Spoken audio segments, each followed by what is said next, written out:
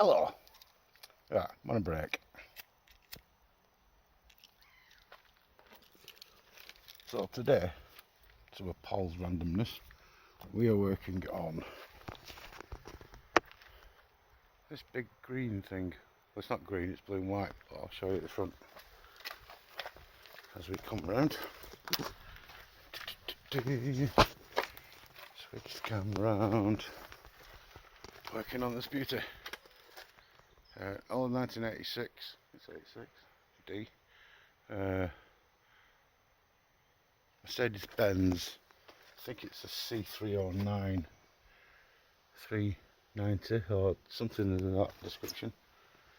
And I've got to remove the alternator, which is down there somewhere, and it won't come loose. And I haven't got a big enough bar to do it with. So,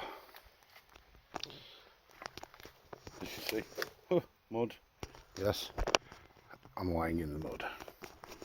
Let's see how this goes. My father-in-law's just gone to get some more tools, so I should be on it soon.